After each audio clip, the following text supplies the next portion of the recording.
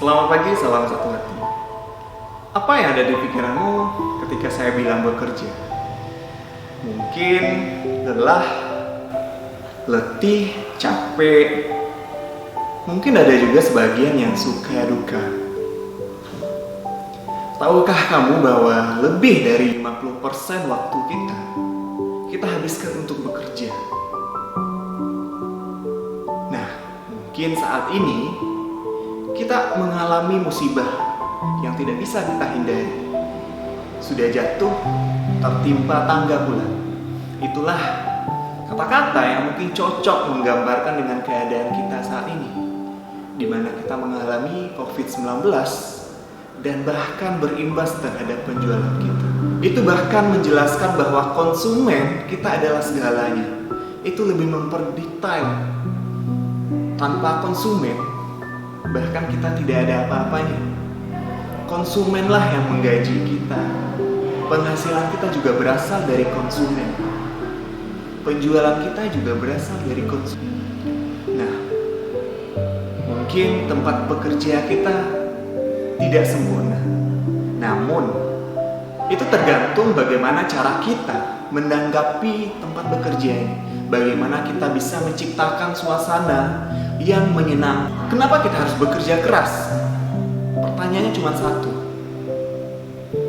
Ya mungkin kita ngikut-ngikut teman kita bekerja, dia mendapatkan penghargaan, kita juga ikut bekerja. Dia berusaha, kita juga berusaha. Tapi pada saat dia mencapai impiannya, apakah kita juga mencapai impian kita? Jawabannya ada 3. Kenapa kita harus bekerja keras? Yang pertama, itu mengasah kemampuan kita. Kemampuan yang kita miliki hanya untuk kita nikmati sendiri, bukan untuk orang lain. Yang kedua, untuk reputasi. Bekerja keras meningkatkan image kita, meningkatkan pengalaman kita, bahkan dapat meningkatkan kepercayaan orang terhadap hasil kerja kita.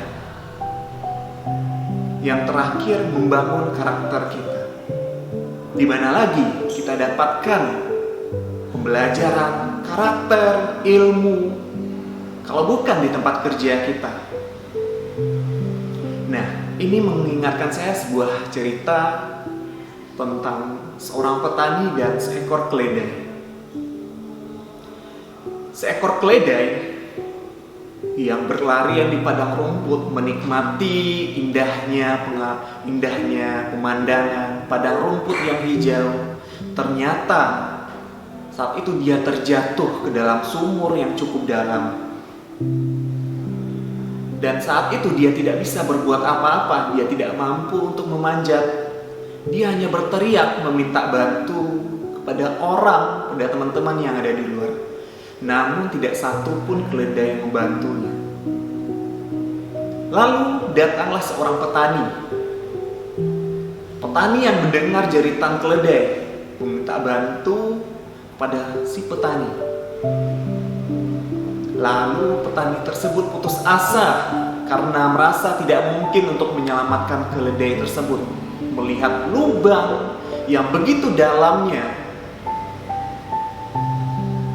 akhirnya si petani memutuskan untuk mengakhiri hidup keledai tersebut. Dia menimbun sumur itu dengan sampah-sampah, dengan kotoran-kotoran si keledai, dengan tanah. Dia menimbun sedikit demi sedikit. Lalu sang keledai kaget. Ada sampah yang berjatuhan di badannya, di kepalanya, yang menimbunnya sedikit demi sedikit. Lalu sang keledai berusaha dia tidak pasrah dengan keadaannya. Dia bahkan menggetarkan badannya agar kotoran, agar tanah-tanah tersebut jatuh. Lalu dengan saat itu, tanah-tanah yang semakin meninggi, keledai tersebut berusaha untuk menaiki tanah tersebut. Dia terus menggetarkan, menjatuhkan tanah-tanah kotoran yang ada di badannya, sehingga lama-kelamaan tanah tersebut meninggi. Semakin lama semakin tinggi. Dan akhirnya keledai tersebut melihat cahaya. Dia bisa keluar dengan selamat dan bahkan mengagetkan petani tersebut. Ada intisari, ada pelajaran yang dapat kita raih dari cerita ini, teman-teman.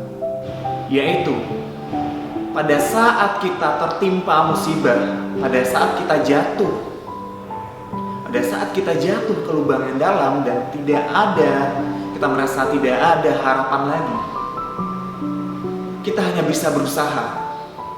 Kita hanya bisa berusaha dengan keadaan yang kita alami. Apakah kita bisa keluar dengan selamat?